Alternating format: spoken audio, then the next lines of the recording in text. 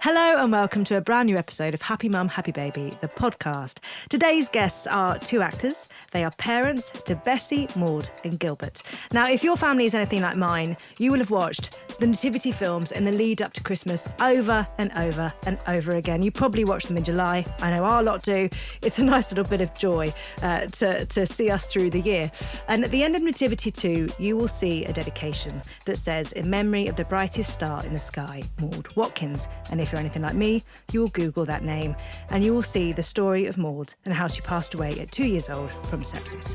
And then that will lead you to her parents and see the work that they do in sharing her story and helping other people raise awareness of sepsis so that other people aren't in the same position as they are.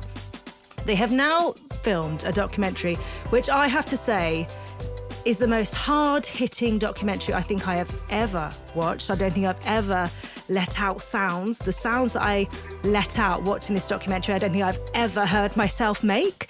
It is out at the end of this month, so it airs on the 30th of March. It's called Jason and Clara in Memory of Maudie, and I am so honoured to have Jason Watkins and Clara Francis on as today's guests. Hello. Hello. Hello. I mean, how was it filming the documentary? Because obviously I don't know how long it took to film and, you know, how you were eased into that, but it's so, like, was there endless hours of filming? Yes. Yeah.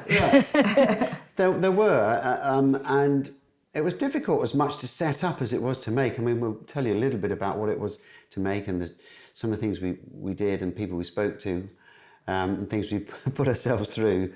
But it was difficult to set it all up because I think early on it was... What happened was that Andrea Byrne, who's a newsreader at ITN in Wales, she lost her father to sepsis, and she sort of reached out to me maybe 2 years ago, 18 months ago, and said, "Have you ever thought about making a documentary?" And I think we both had done, but it just seemed too complicated, too difficult, and some of the documentaries we were seeing, I suppose ours sits a little bit in between some of those. It's not a kind of light documentary, obviously, and then it's not a sort of political documentary. So it sits somewhere in the middle and is probably more emotional anyway. But I mean, the difficult bit was at one point, and this, I mean, it's unfair to sort of name anybody or so, but we had a sort of a director who was going to direct it, and we felt, and she was fantastic, really brilliant, and has made brilliant documentaries. But really what was happening was that it was a lot to do with sepsis. We were talking about sepsis and I suppose I had sort of run with it, and I think Clara was becoming me more uncomfortable. She was getting less enthusiastic in a way about me doing it. And I was thinking something's wrong here, has been really wrong. So we had a conversation about it. And of course, it's our story. Yeah. We're not the subject of a documentary. It is our story. And from then on, we told it ourselves. And we you know, the producer sort of, we just said, and it was actually one of those days where, you know, sometimes when you think, I really shouldn't say this because it's just going to upset everybody and people are going to get annoyed and, you know, when you actually say something that you really feel and they go, God, of course that's what you should do. I mean, I was very like, I can't, because we were going to start filming it, I think sort of 2 weeks, and I was like, I can't do it. I can't. It's not right. It just doesn't feel right. And I think not a particularly sort of confrontational person. I don't like making a scene. But it was kind of, I've never felt so strongly about something. And I think if it was about anything else, I probably would have gone, okay, fine, yeah, let's just do it. Let's do it. But it was like, not this. It's not right. I'm happy to do a documentary, but it just didn't feel right in the way we were about to do it. So we changed it. Yeah, and I think ITV were fantastic, and the team there, and they kind of just thought, okay. And they really wanted us to tell our story anyway. I mean, they wanted, and they knew... I think they wanted you to tell your story initially. Initially they did, but that was about sepsis, wasn't it? Yeah. It was about, and that's, if there's a slight difference, I've done a lot of campaigning about the awareness of sepsis and better clinical care and all those sorts of things. And Clara's done more, I would say, with child bereavement in the UK and bereavement within families and slow group, and has trained as someone able to conduct meetings and all those sorts of things, and which I'm a part of, but there is a slight delineation, and I think we jumped into it to do with sepsis because I'm still, there's still so much work to be done. But I think as soon as we shifted into the whole thing and telling our story and putting Maude at the centre of it and our family at the centre of it, it was better, and I think it's much more powerful and more. It just has so much. To make. Yeah, because you can feel literally your heart's being poured into it, and I think that is why it's so hard hitting and so powerful. And you're right. I think if you'd have gone down the other route, it still would have been. You would have felt it, but it's very different having two parents sit down, and a lot of it is you two literally sitting down and talking.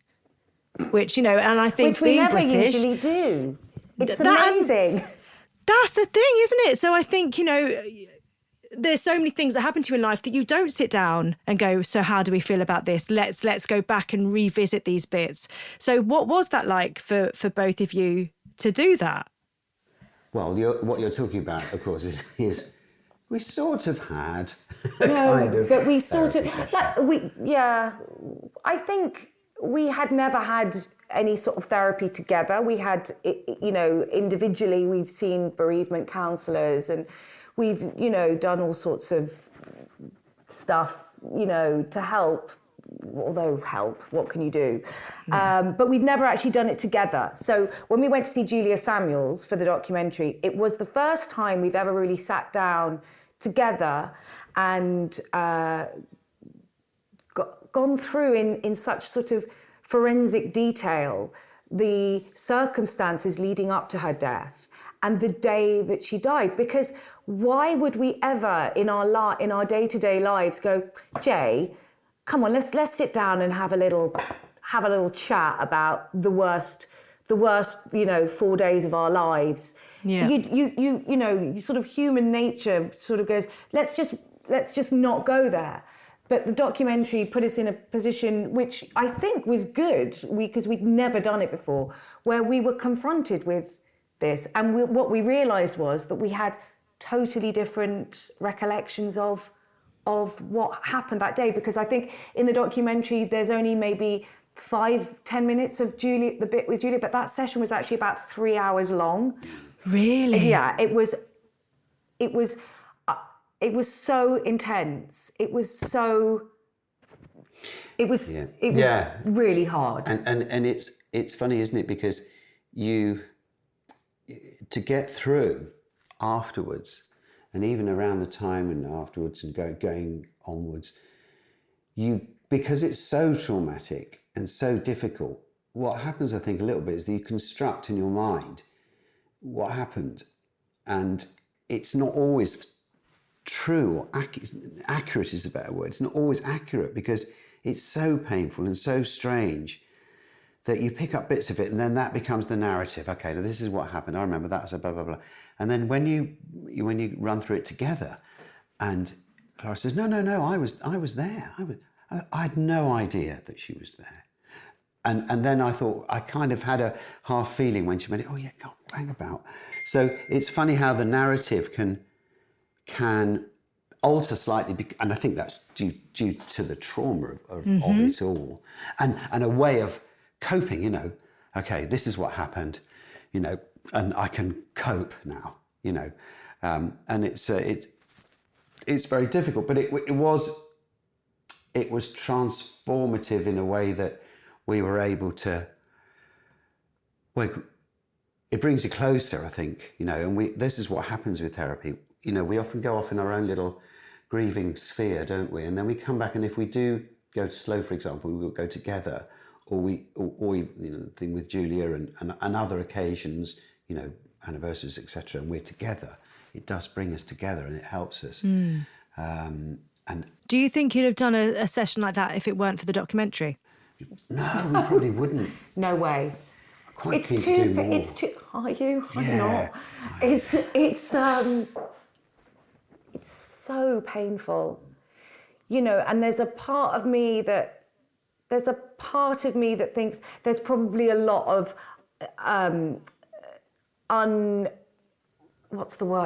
unresolved memories, issues, and it probably, you know, I know people that do EMDR, is that what it's called? You know, when is that the tapping? It's blinking. It's the eye. Yes.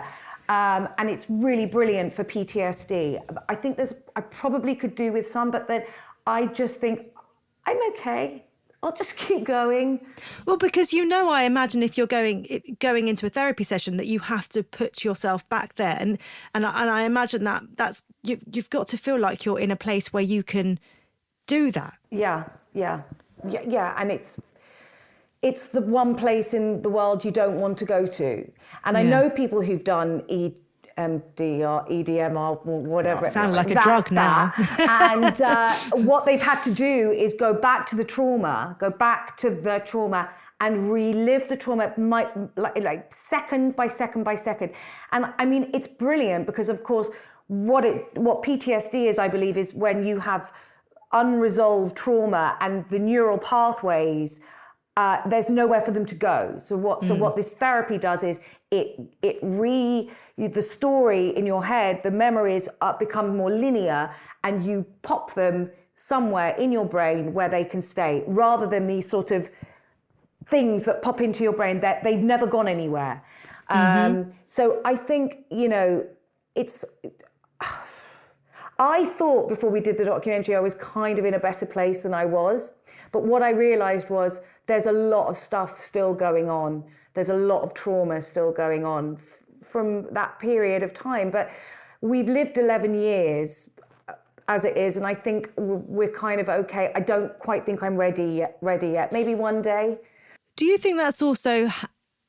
That says a lot about how we feel about grief and loss, and how in a way in society we kind of, I think there's a temptation to kind of pop it in a little box and she's grieving, and then all of a sudden she's not grieving. Like, what you know, grief is an ongoing thing. We never step away from it fully. It becomes a part of us, but not all of us. I totally think that, but I think there's a difference between grief, which is, you know, when you've lost somebody you love so deeply, which is something you're going to carry for life. You're not going to get, you're never going to be over it. And trauma, because I think what I realized was there's quite a lot of trauma still. The grief, I've already accepted. It's a part of our lives now. It's a part of who I am.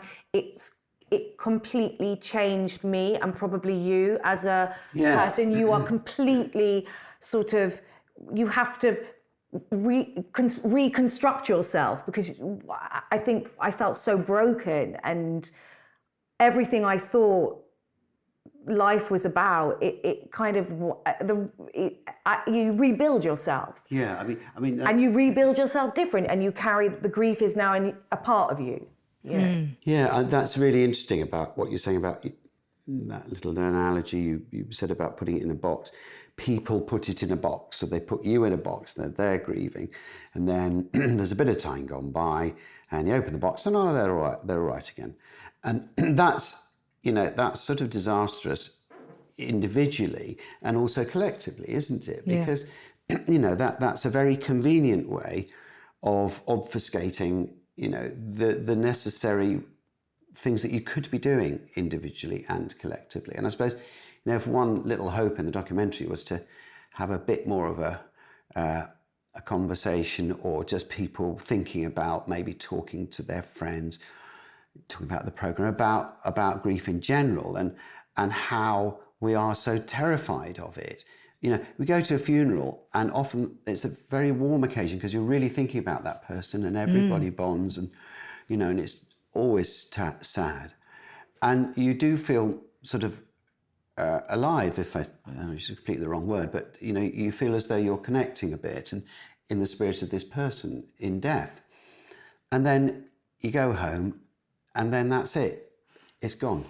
So and then if you hear about somebody else who's lost somebody, you don't carry that feeling of the funeral with you and offer help necessarily. Some people do, And it's not easy. I'm not saying it's easy.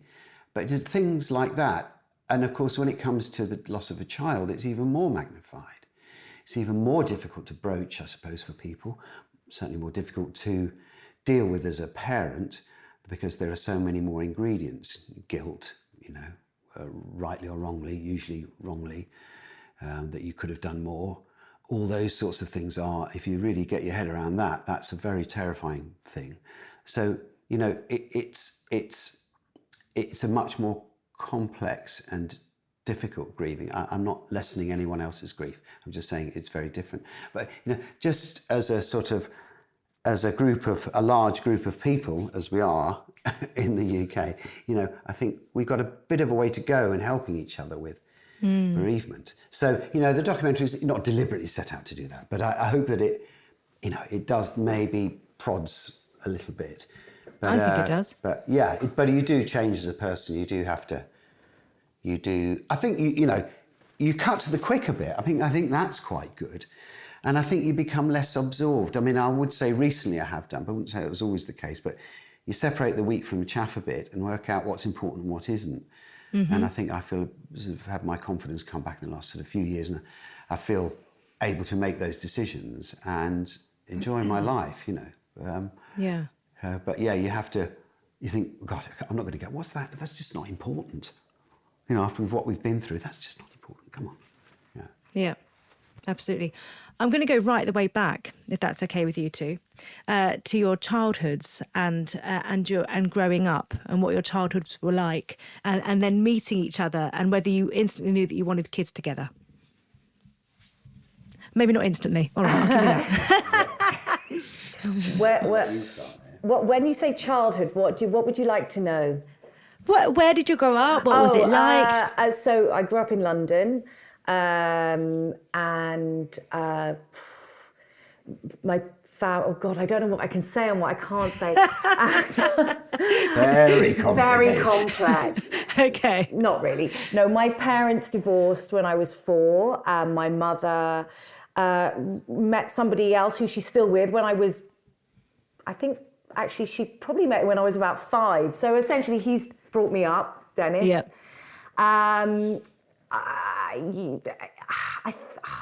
mean... You loved Hendon? We grew up right near Brent Cross Shopping Centre. That was your Mecca? I spent my entire life there. I mean, when I say right next door, I mean a 2-minute walk away. So I'd come home from school and just go to Brent Cross Shopping Centre, mooch around, did very little at school, didn't really work, quite. But clever though. Well, sort of winged it.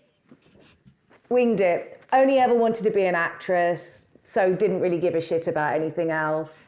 But you need to have a backup job. No, I don't. No, not me. I'm going to be fine. It's amazing though how the backup job thing. If you think about a backup job, then you don't want the original thing enough. Yeah. So, I mean, the irony is, I'm now the queen of the backup job because I've had so many other jobs apart from acting. But I was like, no, no, not me. I've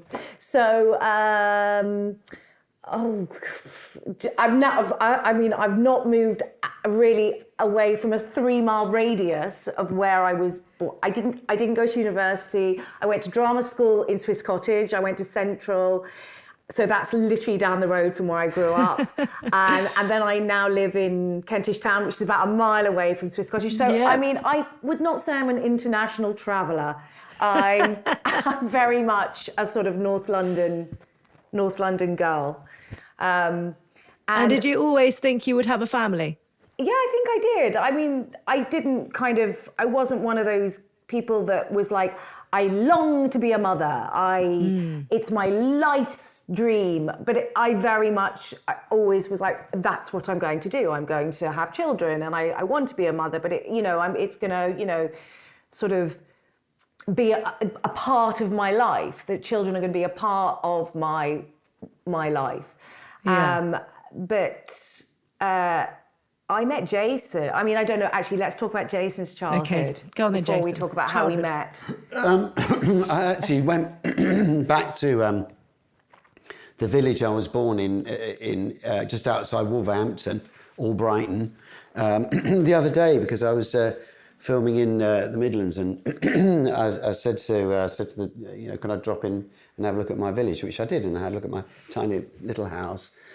So there was this lower middle class sort of little modern part of a village that we lived in that was a satellite town to Wolverhampton. My dad had a job there. My mum ran the nursery and then became a teacher, a primary school teacher. Dad travelled the world a bit. I've got a brother, Richard, and then my dad got a job in London, so we moved to Hounslow, Isleworth, in West London. My dad had an office in Hammersmith, and my mum became a teacher in Ruislip and stuff. I played lots of football. I was sport mad, and I'm dyslexic, so I kind of had struggled at school. They thought I was quite bright, but kind of just thought I was completely lazy, which is in part true.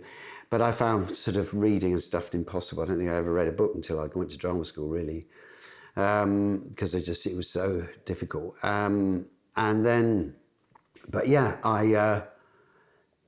did lots of sport and then thought about becoming an actor, did the school plays, and I wanted to be a set designer at one point, but I didn't get a O-level English or maths, and that limited me. I wanted to be a PE teacher, again, didn't happen. So that all that was left... I love it. It was just the only thing I could do. Eric Sykes, a great comedian and writer, once said, you don't underestimate what you're good at. And sometimes you don't think what you're good, you think, I just do messing about a bit. But obviously I was quite useful at it, unlike the football. I was a semi-pro football briefly. Oh, God. And I thought, oh, he hasn't mentioned the semi-pro football thing. He's forgotten. Yeah. But no, there it is. I got spotted by Wrexham when Mark Hughes, the footballer, we were the same age, and we played in a game. Hounslow Borough football team, Hounslow Borough squad went down and played in Wrexham area. We played against Mark Hughes, and I got spotted there, and they asked me to come and train with them for a couple of summers. And I just saw all that team for the first time in 40 years about 3 weeks ago. Aww. In Isleworth, which was really great. So I went to drama school. That was it. Yeah, got into RADA. Yeah. Yeah. I mean, not a bad place to go. All right. Yeah, not bad. Oh. Better than Central. Isn't it? I went to Rose Bruford, guys. An academic. A rosy bruise. Jason, did you ever think about becoming a dad? And was that something that you saw as part of your future? Well, my parents divorced as well. So, when I was 14, which is, a difficult, challenging time. It's always difficult anyway. But so I did. Yeah, I saw myself having kids and a family. I suppose it took me quite a long time to become emotionally mature enough to do that. Some people might say, am I actually there now? But I love the family. Yeah, I love kids. Clara, I just saw your face look up. I'm confused because you actually had Freddie and Pip when you were 30. So Jason has 2 kids from his previous marriage with Caroline. Yeah. So actually, you were quite a young dad. I mean, by today's standards, that's very true. You were already 30 when Freddie was born. As I say, was I emotionally immature enough? Ask Caroline. Yeah. I put Caroline through. God. So when you two met, when did children become a thing when did that become a topic?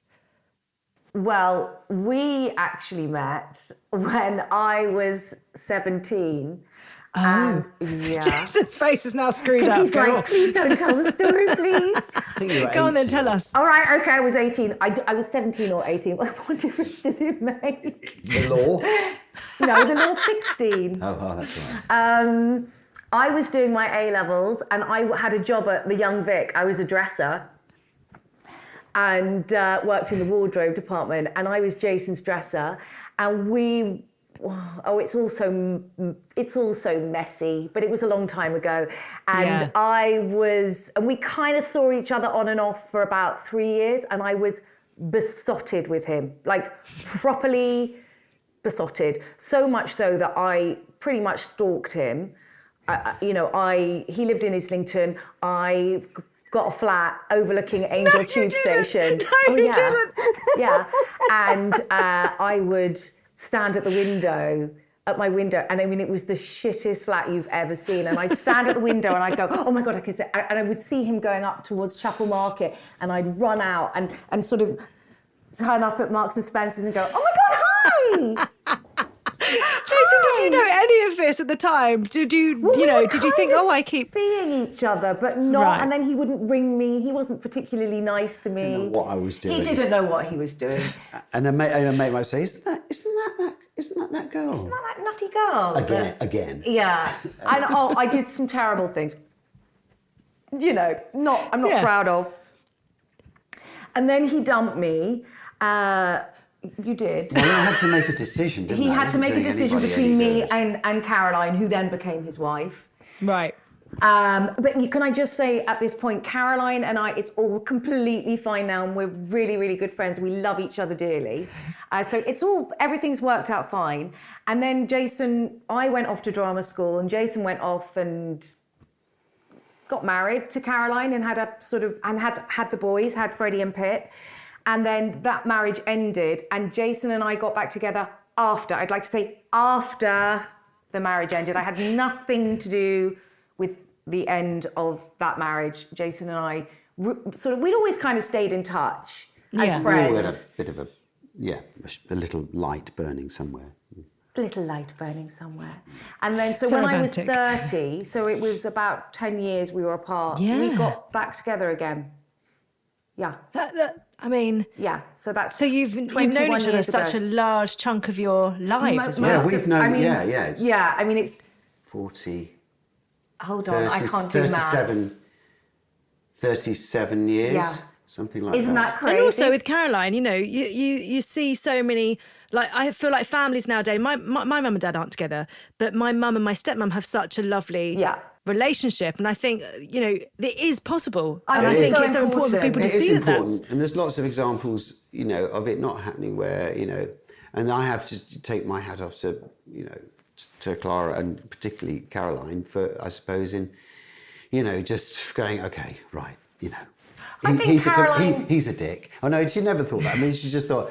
I think she was very hurt at the time, and and obviously, and really very, very difficult. But I think she was, and I think we both. I think I can say we both would put the kids Definitely. first. Yeah. Trying to, even though it had happened, and Caroline understood and was very quick to make it all good between us, and therefore we were able to, for the kids to just know that they were loved and that it wasn't to do with them and all those sorts of things, which is so important. And also, when Maude died, that's really when Caroline and I properly bonded, because of course Freddie and Pip lost their sister, and we are a family, because they live in Manchester, but they came down. Caroline rented a flat sort of down the road from us. She was in and out of our house, she was a support because we are a family. Yeah. A funny one, but it's unconventional. But it was really, it was so incredibly brilliant that she did that, and I haven't forgotten it. And they were around, and the boys were around, and it was important that they were there because because they lived in Manchester, they could have felt sort of not a part of it. And I think that's really when we properly came together. Yeah, I think, yeah. And we've been on Well, it's holiday like you were together. saying earlier, though, about the noise, trauma and grief like that. It takes away the silly noise, and actually it makes you see what matters. Yeah, and I think actually so. at the core of it, you're a family that have to pull together in that moment. And it's important to look beyond the noise and to, if you can, find the real meat of it. And I suppose actually I would say that I could probably work a bit harder at including the boys a bit more, I would say. If there's one thing that I would think about, not without beating myself up about it, but I think, I need to talk to them more about how they're feeling about Maude as we go through each year. But actually, yesterday, both of the boys sent me Mother's Day, which they've never done before. And I thought, oh God, that's so lovely. But again, that's the dialogue as well, isn't it? I mean, that's the language around Mother's Day is changing so much. You know, it's not just the person that's your biological mother. It's the people that have that maternal input and in your life. You know, I've got friends who aren't mothers who should be celebrated because of what they give us within our group. And I think that's... And I wonder also if doing the documentary and you two talking about Maude even more and about your family, because they are included in the discussions that you have around your family. So is Caroline. You know, it's really emphasising that family unit. Yeah. I know we don't live near each other, do we? But we do. Yeah, I mean, I've stayed up there when I've gone up there, and we always see each other. We always have a meal together, and we always mix, and we contact each other. And me and Caroline talk to each other about the kids and the boys and what their needs are and stuff. They're sort of young men now, mid-20s. So I mean, I can't imagine what that was like without having that conversation. I mean, God, how difficult life is. I mean, my parents didn't talk to each other. My father, mine didn't either. It's just my father passed away, in June, and they never got on with each other after they split up, and the really harsh words said between them. And I know that it certainly didn't help my brother, and I don't think it helped me.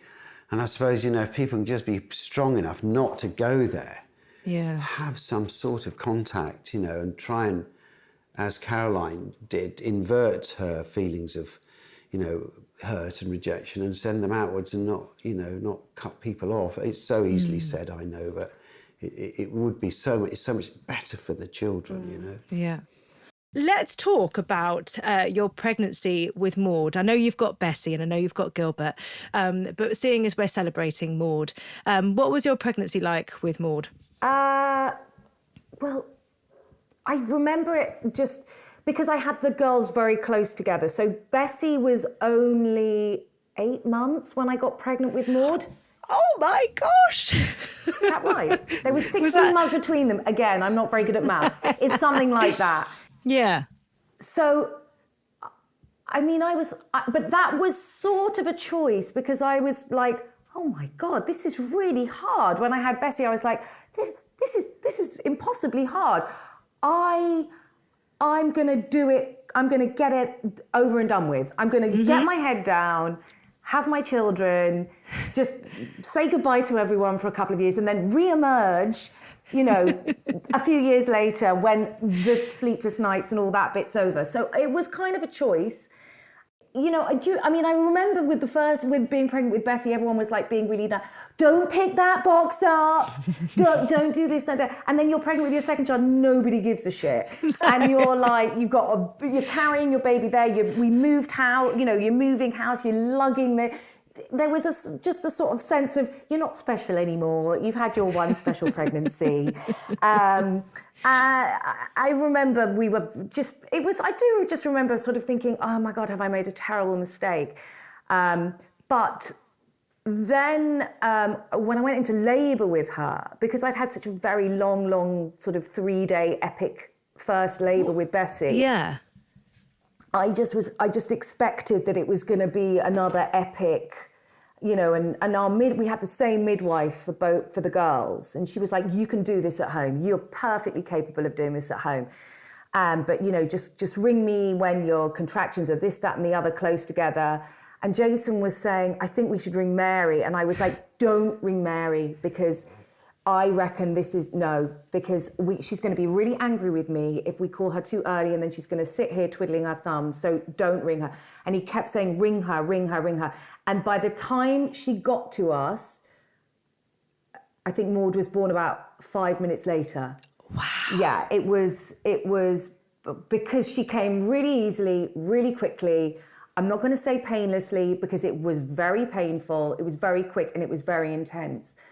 But I do remember when she was born, you'd sign all the paperwork, and then the midwives had gone within about an hour of her being born. And we put her in the Moses basket next to the bed, and we all went to sleep. And I was like, oh my God, this is amazing. Well, when you compare it to your first as well, which wouldn't have been that. I mean, it wasn't that at all. I was I was a little broken after the first one. It was like, oh, this is incredible. And then the next morning I don't even remember her waking up in the night. I mean, isn't that mental? Yeah, no, it was, yeah. I don't even remember. Through the night. We did. Got another one. Isn't that funny? And then it was just, she just very much slotted into our lives. And she really did. She was very, she was a very happy, easy baby. And Bessie hadn't been that. She'd been, I didn't know what I was doing. She was my first child, and I think, a lot of women feel overwhelmed when they have their first child, and they're like, I don't. But once you have your second, third, you're like, okay, I know what I'm doing now.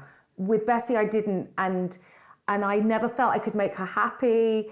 I couldn't soothe her. I never had enough milk. But it wasn't like that with Maude. It felt much.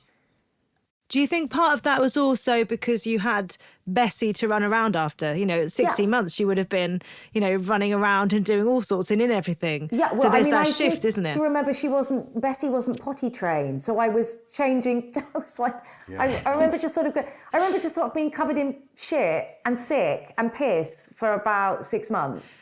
It's when you find a stain and you're like, I've got no idea what that stain is. Yeah.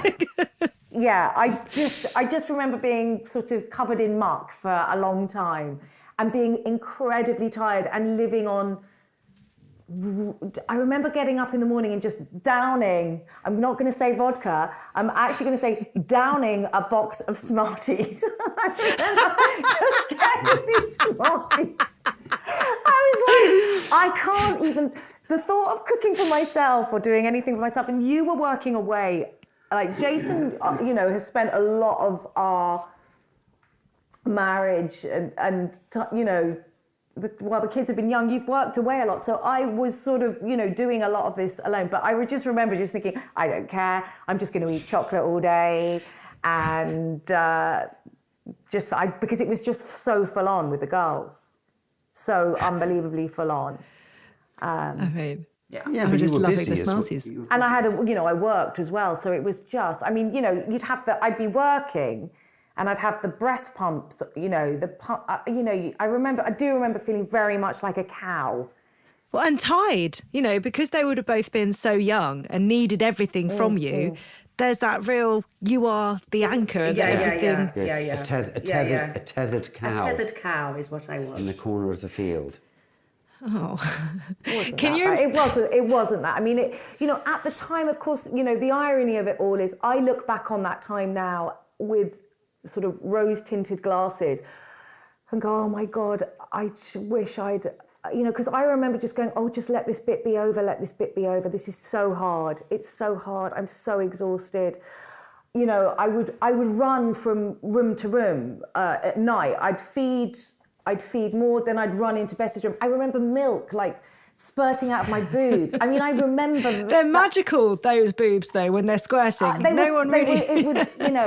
But I'd be running from room to room, and I hated it at the time, and I was so sad and tired and felt so wretched. And of course, now I'm like, why didn't I just seize those precious moments?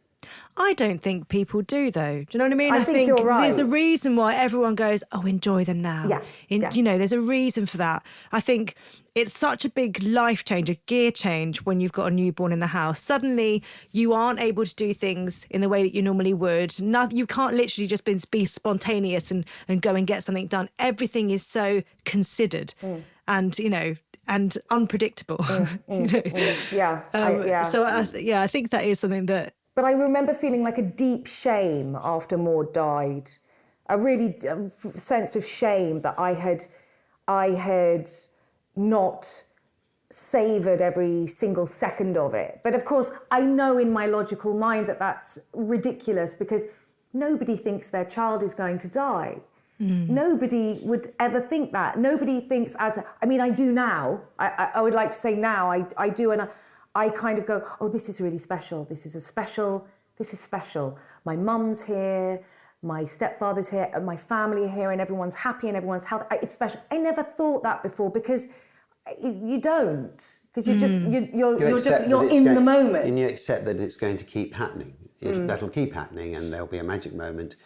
In a couple of years when there's this party or something, I'll have a moment where I go, oh God, this is fantastic, isn't it? But because you expect they're going to be many a lifetime full of them. But of course, in our case, there wasn't. And also, people get old and pass away. So, there's that as well, coming from the other end. So, it is important if you can. I mean, there's nothing worse than someone treasuring every single second and telling you about it, isn't there? I mean, it's really painful. But, I envy them in a way if they can. But if it's real, that's a wonderful gift to have, I mean, that's weirdly, I remember the Christmas, because Maude died on New Year's Eve. New Year's Day. Sorry, New Year's Day, in that night, between New Year's Eve and New Year's Day.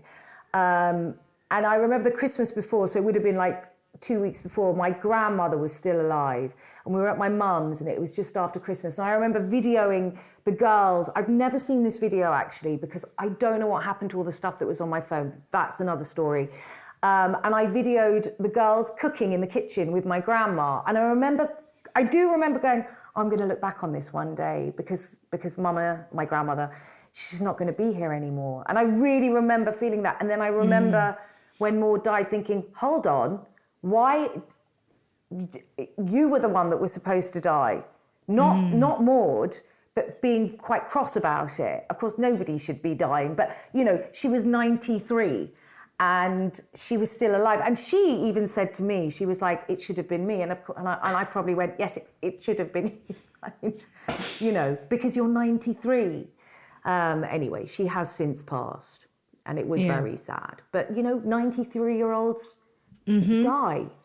Well, there's this the sort of like, is it called the natural order, the way in which we program to think that things are going to happen? Yeah, I mean, it's painful, of course, when your mother, your grandma, your grandparents, it's incredibly painful, but it is part of life. We have to accept it. You have to, however painful it is, and it is painful, but your child dying is not a part of life. It is not something that is expected.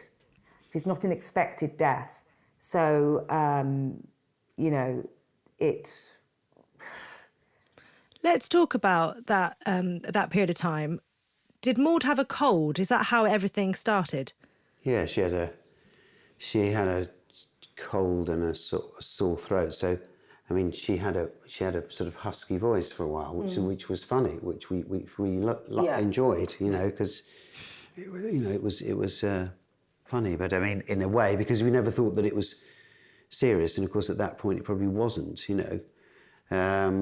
and it must have gone on for about maybe a week, wasn't it? And I think, hang about, this should have shifted by now. So we took her to the GP, and I was worried that it had gone to her chest. So that was that you can have a throat infection, but if it starts getting to the lungs, so that was my fear. So I told her that, and I sort of insisted that I was still worried towards the end of the conversation with her, and she said, "Oh, go down to the drop-in A&E at the local hospital," which I couldn't do because I had to go to work. But you took her. Yeah, I took her to I took her to A&E in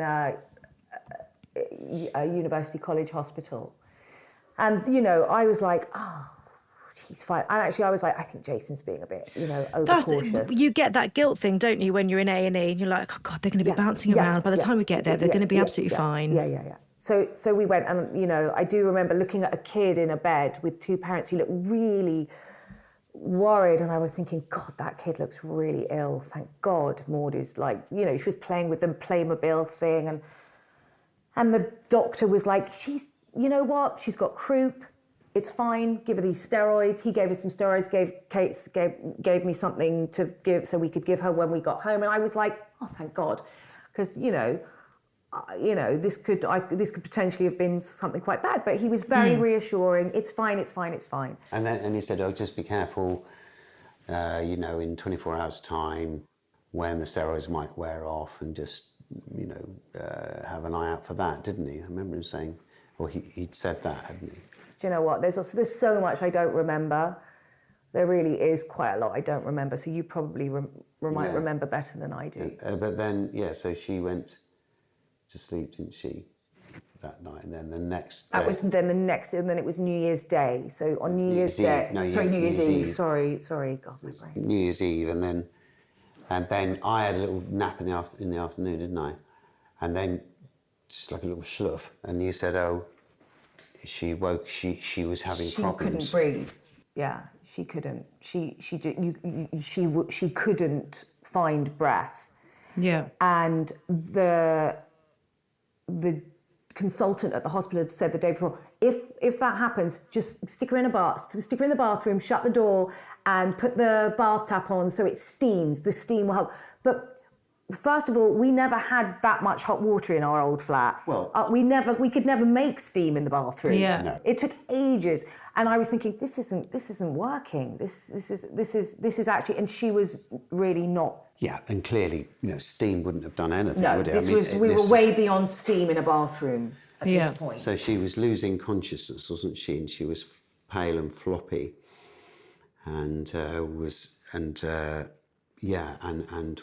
we then decided not to order an ambulance. We just got in the car because it was, you know, it was relatively near, and trying to make sure she was awake. So I was driving, you were in the front seat, and we're trying to keep her awake by shouting. And it was awful. It was really awful for about 10 minutes, wasn't it? 15 minutes to get to the hospital. So I ran into the hospital, into triage, and sort of, you know, this is, look at my child, and they sort of sent me straight in to be treated. And then she's, you know, calmed down. They gave us some antibiotics and, you know, gas and air, and, you know, after an hour she was sort of calmer, and temperature would fallen, and so the consultant, the paediatric consultant, said, you know, it might be better to take her home because there's more familiar surroundings and she's had a bit of a bad time. So you know, it didn't feel right at the time. This is where the guilt comes in, of course. I mean, when you hear that and you hear how ill she was, you just think, how could they have let her go home?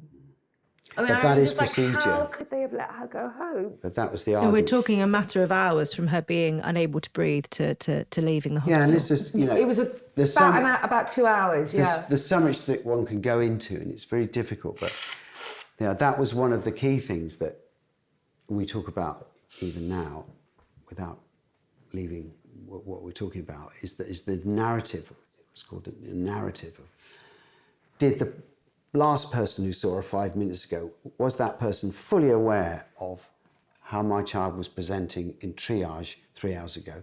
If he had seen her, would he be making the decisions he is now if he'd seen that? Because in medical, what you tend to do is it's empirical. So you go, you know, every hour you look at them and you look at the symptoms, and you're less willing within medical practice to see the narrative. And with sepsis, you have to see the narrative. Mm-hmm. If you see the narrative, you act immediately.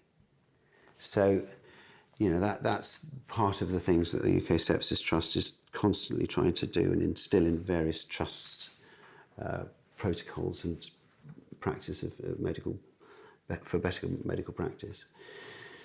So, yeah, so then, you know, we took her home, didn't we? So yeah. we brought her home, and then we said, you know, put her in the cot and you know, not too hot, not too cold is what he said to me, and then that's what we did. Yeah. And we were going to go out. It was New Year's Eve, so we were going to go out that night. And we're like, well, we won't go out. We're going to stay here. So we stayed home. And put her to bed, and she was giggling, and I remember her giggling, and we had this little thing that we would do whenever I put her to bed. And then in the morning, I was texting a friend, we were going to go for a sort of New Year's Day walk on Hampstead Heath, you know, life going on. And then Bessie came in our room, because she shared a room with Maude, and said, I can't wake up Maude. And I just knew. I just knew. Because there was a part of me, my sort of motherly instinct was, she is really ill. But because the doctors kept saying, it's okay, she's fine, it's not, I was like, oh, okay. Because before something like this happens, you are a sort of innocent, trusting person. And I certainly was. And I was very sort of trusting of, you know, doctors, and I want to say reverential, but, you know, you kind of go, well, if the doctor who has been to medical school is telling me this, then I'm going to believe it. But I think when I look back, I think my instinct was, no, this is really serious. And I wish that I had been more trusting of my instinct, which I am now. You know, I think we sort of live in a world where there are all these books about parenting, books about breastfeeding, books about sleep health, but actually to be in touch with your instinct as a mother, I kind of feel has been forgotten a little bit, or it's not. It's starting to be, you know, it's starting to be. And I mean, this was 11 years ago. I actually don't know what it's like now. Well, because the parenting, it all changes so much. It all changes, yeah. The truth is that it is that there are places where, in the documentary, there's a bit where, you know, they have a scenario, they set up a scenario where sort of a mechanical child is ill that you can program and, you know, display symptoms that then the trainees or whoever involved in the course has to act on it. And there is a parent person there, and a lot of the chat is about make sure you listen to the parent, blah, blah, blah. But that doesn't happen across the whole of the NHS. And it happens in certain trusts and certain people who have the training. But not everyone has the training because they don't have time, and, you know, it's a bit of a mess. So, you know, if you've got ambulances queuing up, then, you know, you haven't got money to sort that out. You're less likely to have money to sort out whether the child has got sepsis or not, because it's, you know. So anyway, that's another story. You know, I think I don't know if it's changed, because I do know somebody whose daughter died of sepsis 2 years ago, and she was saying to the doctors, I think it's sepsis, and they were like, no, it isn't, no, it isn't. And her daughter subsequently died. I do. This sort of maternal instinct should not be kind of, what's the word? Brushed aside, dismissed. I mean, there is you know, that we also, you know, just ask, could it be sepsis, you know? But that's half the story, isn't it? Well, if a mother is saying to a doctor, I think it is sepsis, could it be sepsis? And they're going, no, it could not. And then it is, what can you do? And is there a simple test that they can do to see whether it is sepsis? Is there anything in the blood, or is there anything like that? The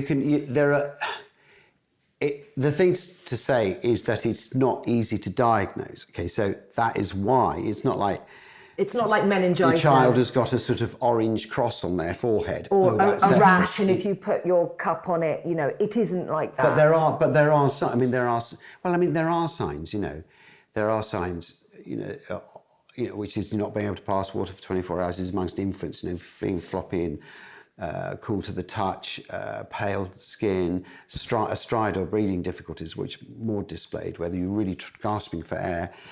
Those are symptoms, particularly amongst infants. So, you know, if you've got one of those, and these are often post-infection, viral or bacterial, you know, and the trust is always saying, you know, we can, you know, if a child has had an infection, they need to be tested for sepsis, whatever, you know. So, and yeah, there are tests you can do, but it's because what sepsis does is that it comes off the back of an infection. So while people are treating the bronchitis, the pneumonia, the whatever, the severe flu, they're trying to sort that out. Underneath, sepsis is starting to work. So if you don't sort of look at both and see the whole scenario of the possible diagnoses of particularly infants, and you're not looking for sepsis, it will bite you, because and that's what happens so many times. Even 2 weeks ago, I was talking to someone I was introduced to, who wanted to talk about the loss of his 22-year-old son to sepsis, and the consultant, his ex-wife is a consultant, and he was with her, and she saw the rash in the middle of the night when he woke up and said, "That's sepsis," went to the hospital that she herself worked in and said, "That's sepsis," and they still didn't. So it's the thing, isn't it? Because I think if we're trying to tell people to advocate for their own health and advocate for the health of their children, we've still got to be listened to. Yeah, because, how do you push that further and further to make sure that they do those tests? Yeah, and it's important not to be alarmist. We don't want to alarm lots of parents, but, and it's easy to be alarmed, but it's always worth asking, asking. Some doctors are not like that, and they really do listen. I think, and I've always felt with Maude, she was just unlucky. Another child may have gone to A&E and they've had a consultant there who's gone, "I think this could be sepsis," and their child is alive. I think it's important to say it's, this isn't some parents are listened to, and so it's just luck. I do believe it to be luck, and I think Maude was incredibly unlucky because she didn't get a consultant who went, "Let's just," and even if he had, it may have still been too late. Mm-hmm. But that first day, on the 30th of December when we took her, if that had happened, who knows? I mean, that makes it so much more painful to me, because this is a death that could have been avoided. We have friends whose children have, who've died of cancer, and everything has been thrown at it, and their child has still died. I'm not saying it's any worse for us. It isn't. It's all shit.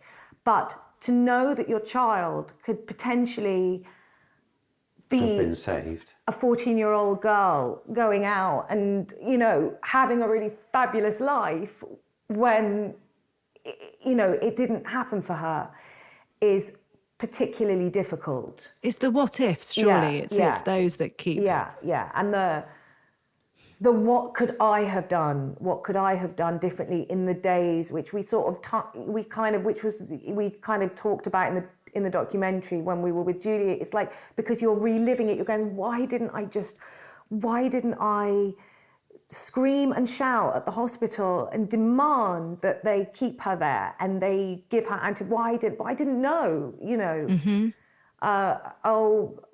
Hindsight is a really wonderful thing. But it's something that can unnecessarily, you can punish yourself over as well, Which I think any parent would when they're, I mean, absolutely. I have a friend whose son died of cancer, and she punished herself for a long time because she thought, I should have fed him organic food. It's like, you're going to, or I should have. I for a long time punished myself about Maude dying because I didn't breastfeed for long enough. That was because that's what we do as mothers. We go. I failed at the thing I was supposed to be doing. I was supposed to be keeping her alive, and I felt it must be my fault. Oh God, maybe if I'd have breastfed her for longer, she would have had a better immune system. I know, of course, in my rational brain, this is madness. But of course, you're going to. It was one of the first thoughts in my head on the day she died, because that's what we do as parents. We're like, what, Yeah, you think. What did I do wrong? Because we didn't know for a long time that it was sepsis she died. We didn't know why she died. How long did it take for you to realise, for you to find out that it was sepsis? Well, we had the inquest in 6 months afterwards. So we were looking at streptococcus, which is a stomach ache basically, and influenza B were the symptoms that were put down on the death certificate. And so, but there was an inquest because I said, it just doesn't feel right. And I went to the coroner's staff and said, you know, I said, we know she was discharged twice within 24 hours. And he said, oh, right, okay. So then there was therefore an inquest was instructed, which is supposed to give you I think they're designed to give parents a bit of context and a bit of reason. It's not who, it's more like, or why. It's not why, it's more sort of where and what and who. So, and it's supposed to give you an amount of context to it. To make it bearable, give you a reason so, but it didn't really, you know, it didn't really. And sepsis, I mean, sepsis was mentioned, but it was really only confirmed later on after the inquest, really, because it was blindingly obvious. But, you know, they said their representative for the trust, who they'd got somebody in to talk about it, said that, you know, they had done what they thought was right at the time, and probably the sepsis was having effect earlier than that. Those sort of things, which, you know, at the time I was very willing to nod and say, yeah, because I wanted some reason. But now I think I have a slightly different view in that I think that a lot more could have been done, and more to the point, a lot more can be done now. So yeah. I think you can be angry and frustrated as a parent and also reconciled to possibly ill luck, reconciled to their loss, accommodating their loss in your lives and being angry about certain elements to it. Those two can coexist and you can be happy. And I think you have to be. You know, many times we've met people who are still blazingly angry about the loss of their child, and quite rightly in some respect, but you've got to address your own grief because it'll eat you up and it'll make you unhappy and less able to help the people around you. And do you think that's part of it? The anger kind of helps with it kind of puts a lid on the grief in a way, kind of channels you in this other way to just keep moving with this anger rather than actually facing that loss. Absolutely. And I think that you see that quite a lot. And, you know, who's to sort of blame anyone or criticise anyone? But it's something to think about. You know, it's one of those, it's funny, as I would say, you know, they say sometimes, don't they, that a bit of self-pity is not a very useful thing. If you can just try and think about ruling that one out, because it doesn't do you any good. Feel sad and things like that, but self-pity is a tricky one. And I would say in the context of grief and losing a child, this continual anger at the loss of your child, easy to say if you're recently bereaved, but that's the one you've got to think about, because, you know, you've got to find a way of finding some sort of peace. And I think that the two can coexist. And for me, you know, campaigning for better clinical care of sepsis and awareness is a way of channeling those feelings. And, you know, supporting people who've been recently bereaved, losing their child, is another way of dealing with it. And that's not about anger, that's about compassion, really, and about compassion that we received and learning how, I suppose we've learned, haven't we, that we've learned how to give the compassion that we've received. We're always trying to be better at giving it to other people. And you'll see people getting it wrong as well, you know, which fuels how you approach things as well. Yeah. I mean, we talk about that in the documentary, you know, about just sort of how unspeakable it is to lose a child for any parent. They sort of don't even want to think about it. So when your child dies, you know, people would pretend not to see me rather than engage in a conversation with me because they didn't know what to say. And you know, we talk about in the documentary how it's and then you, if you do engage in a conversation with somebody, they often wouldn't mention the massive thing that's happened for fear of upsetting you. Now, of course, it's a ludicrous idea that you would be triggered by somebody mentioning your dead child when all you're thinking about is your dead child. And actually, for me and for most other bereaved parents I know, they love when somebody mentions their child. And it, of course, must be acknowledged.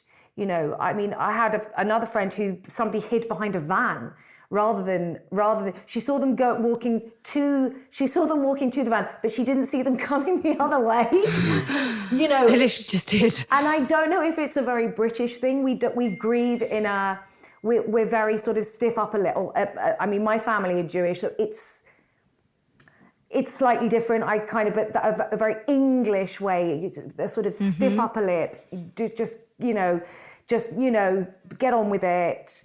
But it's, we wanted to kind of talk about, let's mention this. If you talk about somebody else's dead child, it doesn't mean your child's going to die. I do think there is if I even bring it into my life, if I even bring it into my world, if I touch that person, I am going to be tainted by this terrible, terrible thing. You feel, God, I didn't want to be the person whose childhood died.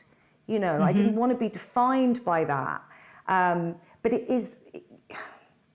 What does it mean to you when people ask you about Maude? Well, look, I would say that, and I'll answer that, is that if you get the feeling sometimes somebody comes up to you, they may look at you and go, there's that person, they've lost their child. Now, they've lost their child. Now, what they want to do is to get back to being normal.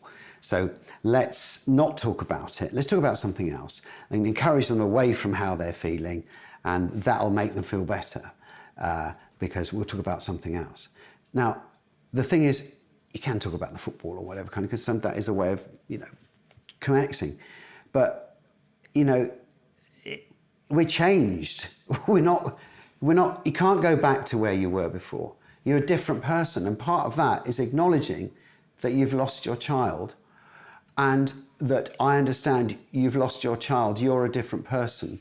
So it's like saying, hi, how are you, God? I'm so sorry.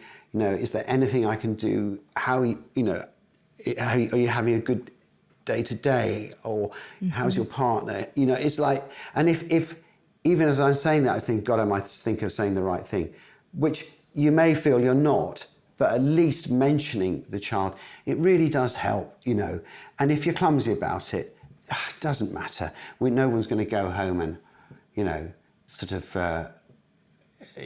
one's going to judge you, and it's important. That is important, because then it is a conversation. There's an acceptance that there's this person that I know really well. They've lost their child, and hang about. I've got to think this person has changed and they're different, and they're a different person.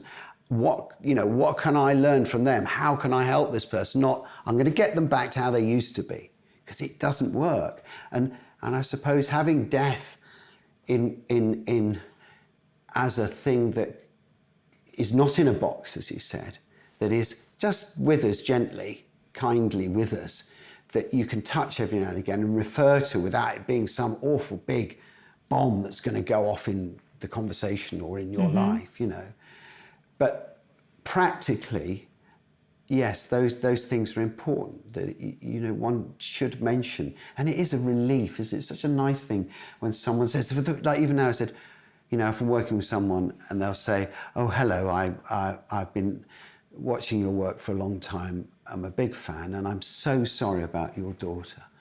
And it's 11 years ago, and you go, oh, God, great. Such a nice thing, isn't it? Mm.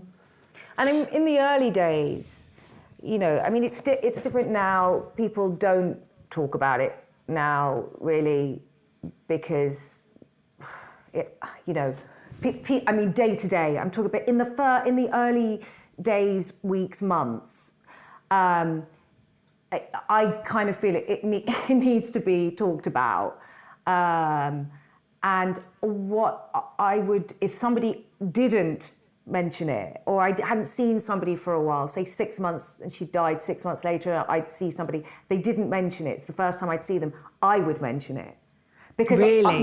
Because I would think they know it's so big. I could see them. I could see in their face that they just didn't know what to say, how to start the conversation. So I'd sort of think, you know what, I'm just going to do them a favor, and I'm going to talk about it and I would see them physically just relax once the name was said, once we'd mentioned the thing.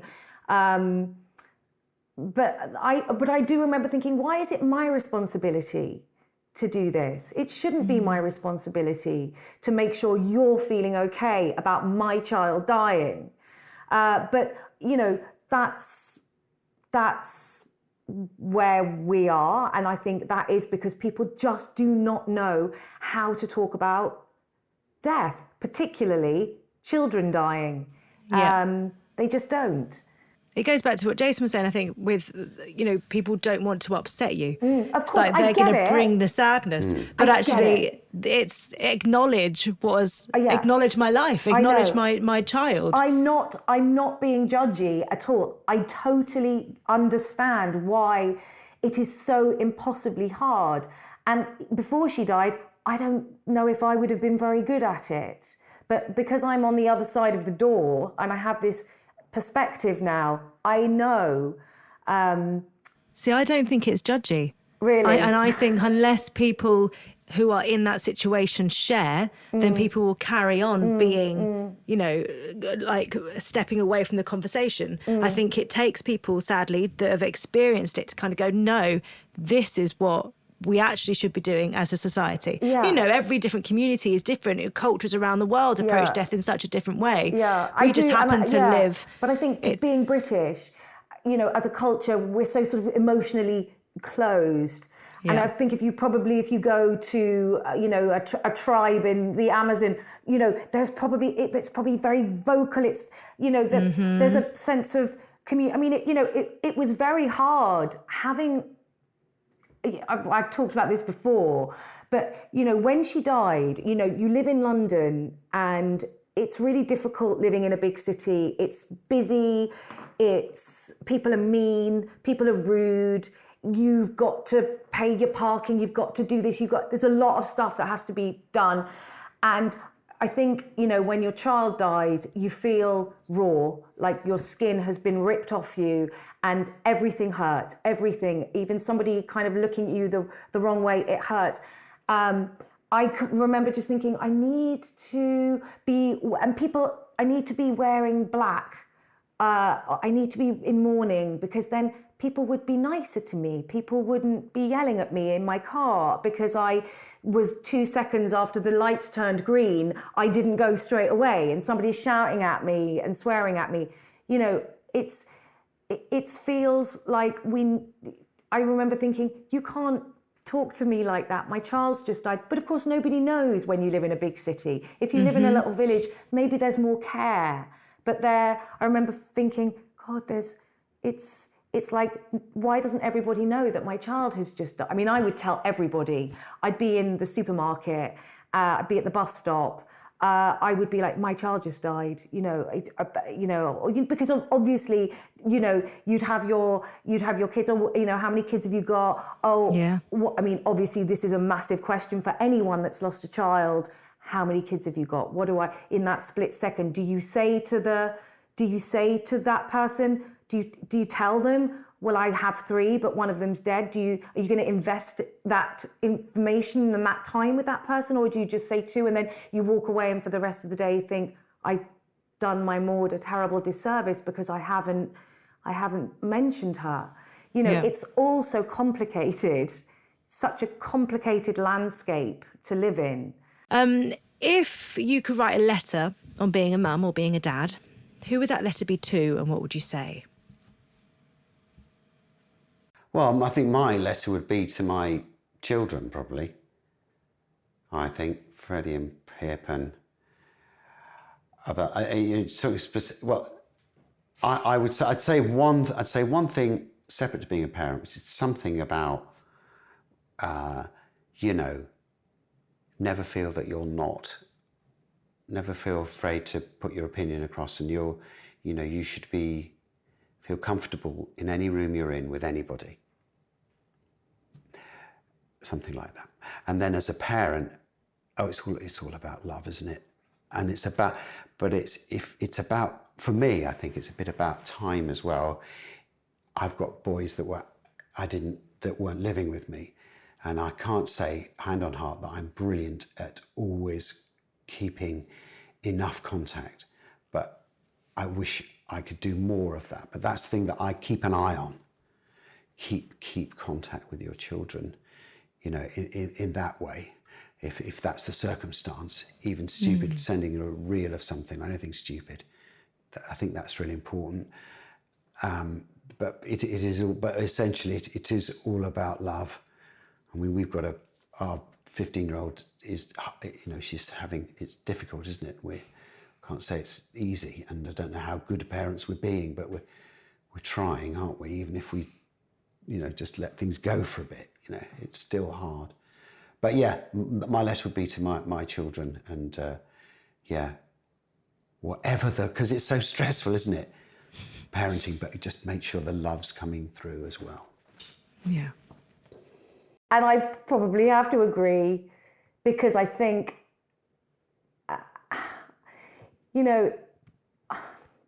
there's a part of me that worries, with Bessie and Gilbert, who we had after Maude had died, that I'm somehow Maude, that maybe they haven't had the childhood that they should have had, because they had, a mother, parents who were in deep grief for a lot of that time. So I carry a lot of guilt, but then I would want to say, do you know what? I did my best, and it is all about love.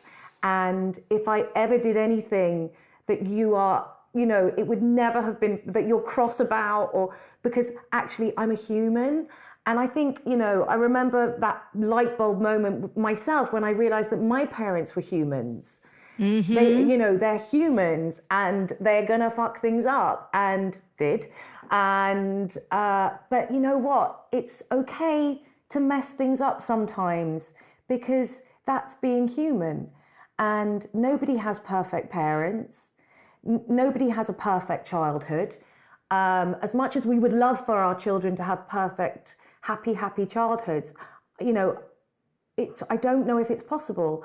But I think I would want to say, I love you to, every fibre of your being, and I've done my absolute best. And if I've done anything wrong, I'm a human who makes mistakes. But whatever gets you through, that's my motto. Whatever gets you through. And, I think we have happy, interesting, funny, quirky children, and that's as much as you can ask for. A happy, interesting, funny child. I had a unconventional childhood, and things weren't perfect for me, but I think it sort of weirdly makes you what you are. As long as you are robust enough to say, okay, this shit's happened to me, but I'm gonna use it, I'm gonna laugh about it. You've got to laugh about stuff. I think that's what we have. We are able to particularly some of laugh about stuff. And I want my children to be able to not take themselves too seriously and laugh at the preposterousness of life and situations that you get yourself into. And it's okay to fuck up. It's okay. They need to know that. They don't have to be perfect. So we finished the podcast with you completing 3 sentences. Oh, Christ. I know, it's okay. It's only a sentence. A few words is enough. Okay, so Clara, being a mum means? Just wearing your heart outside your body and never really being able to sleep well at night ever again.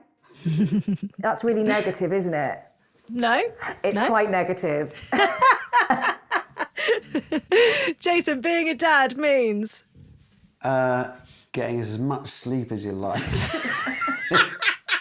Making sure the family snoring knows very loudly. that you've got... No, I would... being a father means encouraging your children to be kind to the world and yourself, and always be inquisitive. Something like that, because I think all those things lead to nice things. Okay. Next sentence to complete. Since having children, Since having children, I have become more of a child, and at the same time become more of a grown-up. I have wisdom and I have idiocy at the same time. Very good. That's a very good answer. That's so good. How am I gonna top that? Well, do you know what? There's so much I want to say, but my mind's kind of gone blank. Well, look, I mean, tell me what? Since having children, you've become. He can answer for me. Here we go. You've become a woman. I guess. Because you were a girl. You were a girl, yeah. And you're still a girl, but and by that I mean a woman. I mean, I don't want to just say an adult, because it is about being a woman in this context, and about being a capable person. You become more of a capable person. Your parent, your kids, they push you to things that you'd never think you'd do before, and then when you're there, you forget that you're there and you're doing amazing things, and you take it all for granted. When actually you become superhuman. You have. Thank you, Jay. Since becoming a parent, I have become a superhuman. I think all mums are. All mums are. Well, I mean, I don't feel like that, but does anyone really? I think the minute you think I've got this stuff. Yeah, yes, fine now. Then you're screwed. The minute that thought comes in. And finally, I'm happy when.